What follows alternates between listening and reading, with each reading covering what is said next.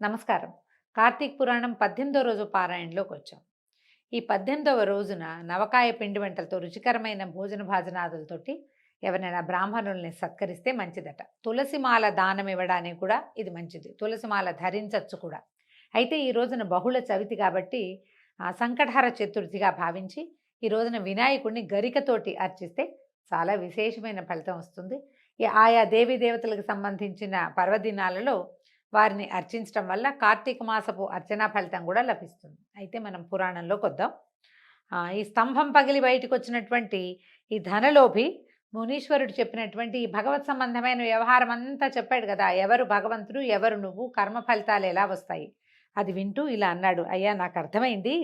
నీ దర్శనం వల్ల, అనుగ్రహం వల్ల నేను చాలా జ్ఞానవంతుడయ్యాను. నువ్వే నాకు తండ్రివి, సోదరుడివి, గురువు కూడా. దరిద్రుడనే ఇట్లా మొద్దుగా పడున్న నాకు నువ్వు తప్పిస్తే ఎవరు గతి? నేను ఈ స్తంభం పగిలి నేను మనిషినయ్యాను. ఎవరో ఒకళ్ళు నాకు బోధించాలి. నువ్వు బోధించి నాకు తండ్రివి, గురువువి కూడా అయ్యావు నాయన. ఈ పుణ్యమైన ఈ కార్తీక మాసం ఎక్కడా, పరమ పాపిష్టివాడినైనా నేనెక్కడా? ఈ మునీశ్వరులేమిటి, ఈ విష్ణు సన్నిధి ఏమిటి? ప్రారబ్ధ సుకృతం ఉంటే తప్పిస్తే ఇట్లా ఫలితం లభించదు కదా. ఇప్పుడు ఇంతకాలం పాపం చేశాను, ఇలా నేను పాపిష్టి జన్మలే ఎత్తాను, ఎందుకు పనికిరాని వాడుగా ఉన్నాను. ఎక్కడో నేను చేసిన పుణ్యలేశం వల్ల కదా ఇవాళ నాకు ఈ గతి వచ్చింది అని చెప్పి, నాకేదో పూర్వపుణ్యం ఉంది, దానివల్లే నాకు ఇదంతా లభించింది. నా దగ్గర నా యందు దయ ఉంచి నాకు ఇంకా చెప్పమని అడుగుతున్నాడు.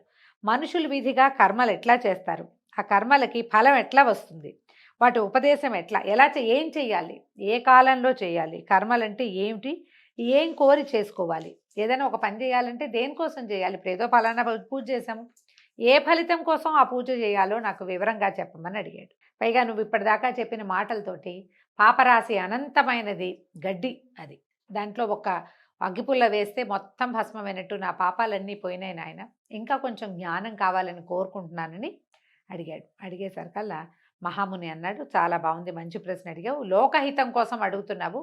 ఈ పురాణాన్ని ఎవరు వింటారో వాళ్ళకు కూడా ఇది బోధగా పరిణమిస్తుందని ఆయన ఏం చెప్పారంటే, అనిత్యమైన ఈ దేహాన్ని ఆశ్రయించి ఇంద్రియ కాముడై ఆత్మను మరిచి దేహాదులనే ఆత్మ అని అనుకోకూడదు. మనం అశాశ్వతమైన ఈ శరీరంలో ఉన్నాం, జీవుడు ఇందులో ఉంటాడు. ఇదే నేనని భావించకూడదు, ఇది నేను కాదు అని తెలుసుకొని ఉండాలి. ఆత్మకి ఎప్పుడు కూడా సుఖ దుఃఖాలు అలాంటివి ఏమీ లేవు. అవన్నీ మనుషులకి, శరీరాలకు ఉంటాయి తప్పిస్తే ఆత్మ నిత్యం కాబట్టి దానికి అలాంటి దుఃఖాలేమో, ద్వంద్వ దుఃఖాలు ఏమీ ఉండవు. అవి దేహాది ధర్మాలు, కేవలము శరీర ధర్మాలు మాత్రమే. కాబట్టి ఆత్మ విషయక సందేహం ఉన్నప్పుడు తప్పక కర్మలు చేయాలట మనం. దాంతో చిత్తశుద్ధి కలిగి తద్వారా జ్ఞానాన్ని పొంది దానిచేత ఆత్మ యొక్క యథార్థతత్వాన్ని మనం తెలుసుకోగలుగుతాం. దేహధారి అయిన వాడంటే మనిషి అయి పుట్టినవాడు తనకి విధించబడినటువంటి స్నానాది సర్వకర్మల్ని భక్తితో విధిగా చేయాలి. ఈ రోజుల్లో స్నానం చేయాలి, ఈ కాలంలో పూజ చేయాలి, ఈ కాలంలో దేవాలయ దర్శనం చేయాలి, తల్లిదండ్రులకి ఇలా వాళ్ళని చూసుకోవాలి, తర్వాత ఏమో పితృకర్మలు ఆచరించాలి. ఎప్పుడు ఏది చేయాలి అనేది తను జన్మించిన దేనిని బట్టి, జాతిని బట్టి ఏవి విధించబడ్డాయో ఆ విధ్యుక్త ధర్మాలు తప్పకుండా నెరవేర్చాలి. అట్టి వేదోక్త కర్మ చేస్తే గనక అవి ఫలించి ఆత్మ ప్రకాశం కొంతకాలానికి మనం తెలుసుకోగలుగుతాం. వర్ణాశ్రమ విభాగాన్ని విడవకుండా తనకి ఏ కర్మ చెప్పబడిందో విచారించి తెలుసుకుని తర్వాత చేయాలి. స్నానం చేయ కర్మ ఎలా అంటే, మనం స్నానం చేయకుండా ఏ కార్యం చేసినా కూడా ఏనుగు తిన్నటువంటి వెలగపండులాగా నిష్ఫలితం అయిపోతుంది. బ్రాహ్మణులకు ప్రాతకాల స్నానం వేదోక్తంగా ఉంది. నిరంతరము ప్రాతస్నానం ఆచరించలేనివాడు, అంటే రోజు పొద్దునే స్నానం చేయలేనివాడు తులా సంక్రాంతి ఎందు, కార్తీక మాసమందు, మకర మాసమందు, వైశాఖ మందు స్నానం చేయాలి. కనీసం కార్తీక మాఘమాసాల్లో, వైశాఖ మాసంలో తప్పకుండా ప్రాతస్నానం చేస్తే సంవత్సరం అంతా చేయలేకపోయినా దీనివల్లైనా కొంత పుణ్యాన్ని వాళ్ళు ఆర్జించగలుగుతారు. ఈ 3 మాసాల్లోనూ ప్రాతకాలమైన పొద్దున్నే స్నానం చేసేవాడు వైకుంఠానికి పోతాడు, వాడికి ఉత్తమ గతి కలుగుతుంది. చాతుర్మాస్యాది పుణ్యకాలాల్లోనూ సూర్యచంద్ర గ్రహణాల్లోనూ స్నానం చాలా ముఖ్యం.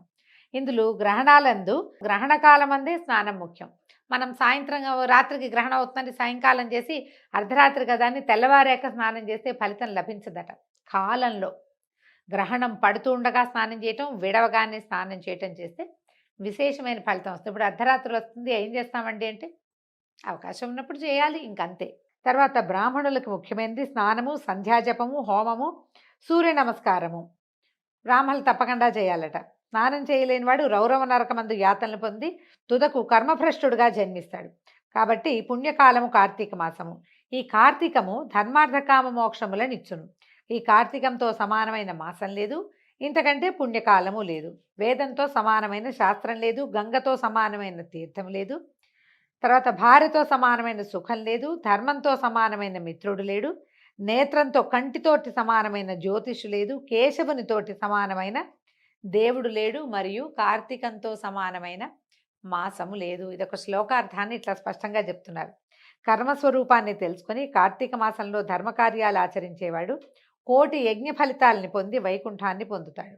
అప్పుడు ఉద్భూత పురుషుడు ఎవరైతే ఈ దాంట్లో నుంచి బయటపడ్డాడో ఈ ధనలోభి అడిగాడు, అయ్యా చాతుర్మాస్యం అన్నారు, అంటే ఏమిటండి చాతుర్మాస్యం అంటే? ఇప్పుడు చెప్తున్నారు ఆ విధి ఎట్లా, అది ఇది ఇంతకుముందు ఎవరు చేశారు, ఆ విధి ఎలా చేయాలి, వ్రతానికి ఏమిటి ఫలితం, దానికి ఎలాంటి ఫలితాలు లభిస్తాయి చేసిన వాడికి, ఆచరించే అది చేసేటువంటి మనిషి ఏ లోకాలకు వెళ్తాడు విస్తారంగా చెప్పమన్నాడు. అప్పుడు మహాముని ఇలా చెప్పారట, నువ్వు మనుషులకు బంధువి, నీ ప్రశ్న అంతా లోకోపకారంగా ఉంది నాయన, నువ్వు కష్టపడుతున్నావు, కానీ నువ్వు అడిగే ప్రశ్న నీకు ఉపయోగపడేది కాదు, నీకు ఒకడికే కాకుండా ప్రపంచానికి ఉపయోగపడే ప్రశ్న అడుగుతున్నావు. విష్ణుమూర్తి లక్ష్మీదేవితో కలిసి ఆషాఢ శుక్ల దశమి దినమునందు పాల సముద్రమునందు నిద్ర అను వంకతో శయనిస్తాడు. తిరిగి కార్తీక శుక్ల ద్వాదశి రోజున లేస్తాడు. దీన్నే చాతుర్మాస్యం అంటారు. ఆషాఢ శుక్ల ఏకాదశిని మనం తులేకాదశి అంటాం, శయనేకాదశి అని కూడా చెప్తారు. ఆ రోజున విష్ణుమూర్తి పడుకుంటాడని, మధ్యలో పరివర్తన ఏకాదశి కూడా వస్తుంది, పక్కకి తిరుగుతాడని కూడా చెప్తారు, కుడి ఎడమలకి తిరిగేవి. వరుసగా 4 మాసాలు మళ్ళీ కార్తీక శుక్ల ద్వాదశి నాడు ఉత్థానేకాదశి, దీన్ని హరిబోధిని ఏకాదశి, దేవబోధిని ఏకాదశి ఇలాంటి పేర్లతో చెప్తారు. మనం చిలుకు ద్వాదశి పేరుతోటి ధాత్రి తులసి కళ్యాణం చేసుకుని విశేషంగా మనం చేసుకుంటాం. ఈ 4 నెలల పాటు విష్ణుమూర్తి శయనిస్తాడు. ఈ 4 నెలలనే చాతుర్మాస్యం అంటారు. ఈ 4 మాసాలు విష్ణుమూర్తికి నిద్రాసుఖం ఇస్తాయి. అంటే సంవత్సరం అంతా ఆయన ఈ పోషణ భారం వహిస్తాడు. ఈ 4 నెలలు మన పోషణ మనమే వహించాలన్నమాట. హరి 8 మాసములు మెలకువతో ఉండి 4 మాసాలు విశ్రాంతి కోసం నిద్రిస్తాడు. విష్ణువుకి నిద్రాసుఖాన్ని ఇస్తుంది కాబట్టి ఇది బహుపుణ్యకాలం అని చెప్తారు. ఈ పుణ్యకాలంలో హరిని ధ్యానించేవాడు విష్ణులోకాలకు వెళ్తాడు. ఈ 4 నెలల్లో చేసేటువంటి పుణ్యకార్యాలు అనంతమైన ఫలితాన్ని ఇస్తాయట. దీనికి కారణం ఏంటంటే నారదుడికి హరి చెప్పిన కారణాన్ని చెప్తున్నాడు. ఈ విషయమందు నారదునికి హరి చెప్పింది ఒక కథ ఉందట. పూర్వం కృతయుగమందు వైకుంఠలోకమున హరి లక్ష్మితో కలిసి సింహాసనంలో కూర్చుని సురకిన్నర ఖేచర గణంతోటి స్వగణ భృత్యులతోనే సేవింపబడుతున్నాడు. అంటే ఖేచరులు, ఉరగలు, నానాజాతుల వాళ్ళతోటి అందరు దేవజాతులంతా చేరారు. ఆ సేవించబడుతుండగా ఏమన్నాడు, భగవద్భక్తుడైన నారద మహాముని వైకుంఠలోకానికి వచ్చాడట. వైకుంఠానికి వచ్చి ఆ సింహాసనాసీనుడై 4 భుజాలు కలిగి పద్మపురేకుల వంటి నేత్రాలతో ప్రకాశిస్తున్నటువంటి విష్ణుమూర్తిని చూసి అమితానందంతో ఆయన పాదాలకు మొక్కాడు. విష్ణుమూర్తి కూడా చాలా సంతోషించి ఆయన అడిగాడు, నారద, నువ్వు సంచరిస్తున్న స్థలాలంతా కుశలంగా ఉన్నాయా? ఋషులకి ధర్మాలు బాగా నడుస్తున్నాయా? ఉపద్రవాలు లేకుండా ఉన్నాయా? మనుషులంతా వాళ్ళ ధర్మాచరణ చేస్తున్నారా? ఈ విషయమంతా ఈ సభలో చెప్పంటే నారదుడు నవ్వుతూ చెప్పాడట, స్వామి, భూలోకమంతా తిరిగాను, వేదత్రయంలో చెప్పబడిన కర్మ మార్గం అంతా విడవబడింది, వాళ్ళెవరూ కర్మలు ఆచరించట్లేదు. కొందరు మునీశ్వరులు గ్రామ్య సుఖలోలుడుగా అయ్యారు, తమ కర్మల్ని యావత్తు విడిచేశారు. వాళ్ళకి ముక్తి ఎలా వస్తుందో నాకు అర్థం కావటం లేదు. ఎట్లా వాళ్ళకి ముక్తి వస్తుంది? ఒక పక్కన మునీశ్వరులే, కానీ వ్యవహారం అంతా వదిలిపెట్టేసి కొత్త వ్యవహారాల్లోకి దిగారు. కొందరు తినకూడని వస్తువులు తింటున్నారు, కొందరు వ్రతాలు విడిచారు, కొందరు ఆచారవంతులుగా ఉన్నారు, కొందరు అహంకార వర్జితులుగా ఉన్నారు, కొందరు మంచి వర్తకులుగా ఉన్నారు, కొందరు నింద చేయవారుగా ఉన్నారు. ఓ దేవా, ఏదైనా ఒక ఉపాయంతో శిక్షించి ఈ ఋషీశ్వరులందరినీ నువ్వు రక్షించు అనేసరికల్లా ఆ మాట విన్న భక్తవత్సలుడు, సమస్తలోక పరిపాలకుడు అయినటువంటి విష్ణుమూర్తి లక్ష్మితో సహా గరుత్మంతుడి మీదెక్కి భూలోకానికి వచ్చాడట.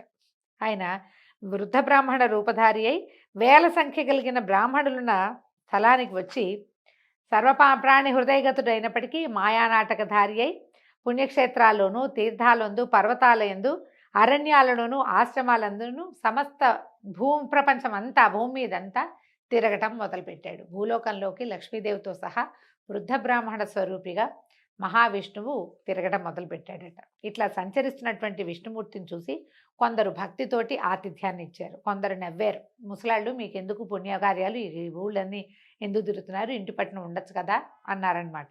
కొందరు నమస్కారం కూడా చేసేవాళ్ళు కాదు, పెద్దవాళ్ళన్న గౌరవం కూడా లేదు. కొందరు అభిమానవంతులుగా ఉన్నారు, కొందరు గర్వంగా ఉన్నారు, కొందరు కామాంధులుగా ఉన్నారు, కొందరు ఆయా క్రియాకలాపాలు ఏమీ మానేశారు. కొందరు ఎలా అంటే మర్యాదగా ఉన్నవాళ్ళు కొంతమంది ఉంటే, కొంతమంది విమర్శించేవాళ్ళు ఇంకొంతమంది. నిషిద్ధ దినాల్లో ఆహారం అన్నం తినేవాళ్ళుగా కూడా కనిపించారు. ఒకనాడు అసలు ఏకాదశి నాడు కొంతమంది ఏమో ఏకాదశి నాడు ఉపవాసమే చేయని వాళ్ళు కనిపించారు. కొందరు తినకూడని వస్తువులు తింటున్నారు. కొద్దిమంది ఆచారపరులుగాను, కొంతమంది అనాచారపరులుగాను, కొందరు ఆత్మచింత చేసేవాళ్ళు కూడా ఉన్నారు. ఇప్పుడు కూడా మనలో అలాగే ఉన్నారు చూడండి. మన ఇప్పటి పరిస్థితే చెప్పబడుతోంది. మనలో కొంతమందికి ఆచారము, ధర్మము, ఆచార ప్రభవో ధర్మ, ధర్మస్య ప్రభురచ్యుత ఇలా ఆలోచించుకుని భగవంతుడే దీని మొత్తానికి కారణమని భావించి సరైన కర్మలు ఏం చేయాలో అది చేస్తున్న వాళ్ళు, నిషిద్ధ కర్మలు మానేసేవాళ్ళు కొంతమంది ఉన్నారు. ఇలా చేసేవాళ్ళని మనం అవమానించేవాళ్ళు, విమర్శించేవాళ్ళు, ప్రశ్నించేవాళ్ళు, వాదించేవాళ్ళు, ప్రతిదానికి ప్రూఫ్ కావాలని కనుక్కునేవాళ్ళు చాలామందే ఉన్నారు. ఆ కాలంలోనే విష్ణుమూర్తి చూశాడనమాట. మనలాంటి కాలమే ఇది. బ్రాహ్మణ రూపధారి అయిన భగవంతుడు అట్టి వాళ్ళని చూసి మంచి మార్గానికి తెచ్చే ఉపాయాన్ని ఆలోచిస్తూ నైమిషారణ్యంలో ఉన్నటువంటి ముని బృందాల సన్నిధికి వచ్చాడు. బ్రాహ్మణ రూపాన్ని వదిలి పూర్వంలాగా గరుడారూఢుడై కౌస్తుభ శంఖచక్రాల్ని ధరించి శ్రీ మహాలక్ష్మితోనూ స్వభక్తులతోనూ కూడి ప్రకాశిస్తున్నాడు. అక్కడ ఉన్నటువంటి జ్ఞానసిద్ధుడు మొదలైనటువంటి మునులు వైకుంఠం నుంచి తమ ఆశ్రమానికి వచ్చినవాడు, అవిసె పువ్వులతోటి సమానమైన కాంతి కలిగినవాడు, మెరుపు వంటి వస్త్రము కలిగినవాడు, కోటి సూర్యప్రభా సమానుడైనటువంటి మనోవాచామగోచరుడైన మహానుభావుణ్ణి, ఆద్యుడు అయినటువంటి విష్ణుమూర్తిని చూసి ఆశ్చర్యం ఉంది, ఆనందించి శిష్య సుతాది పరివారంతో ఆయన దగ్గరకు వచ్చారు. పరిపరి విధాలుగా స్వామికి నమస్కారం చేసి ఆయన్ని అనేక విధాలుగా స్తుతించారట. దీంతో 18వ రోజు పారాయణ పూర్తయిందండి. విష్ణుమూర్తి నైమిషారణ్యంలో ఉన్న మునిగణానికి ఏం తెలియజేశారో మనం రేపటి భాగంలో తెలుసుకుందాం. నమస్కారం.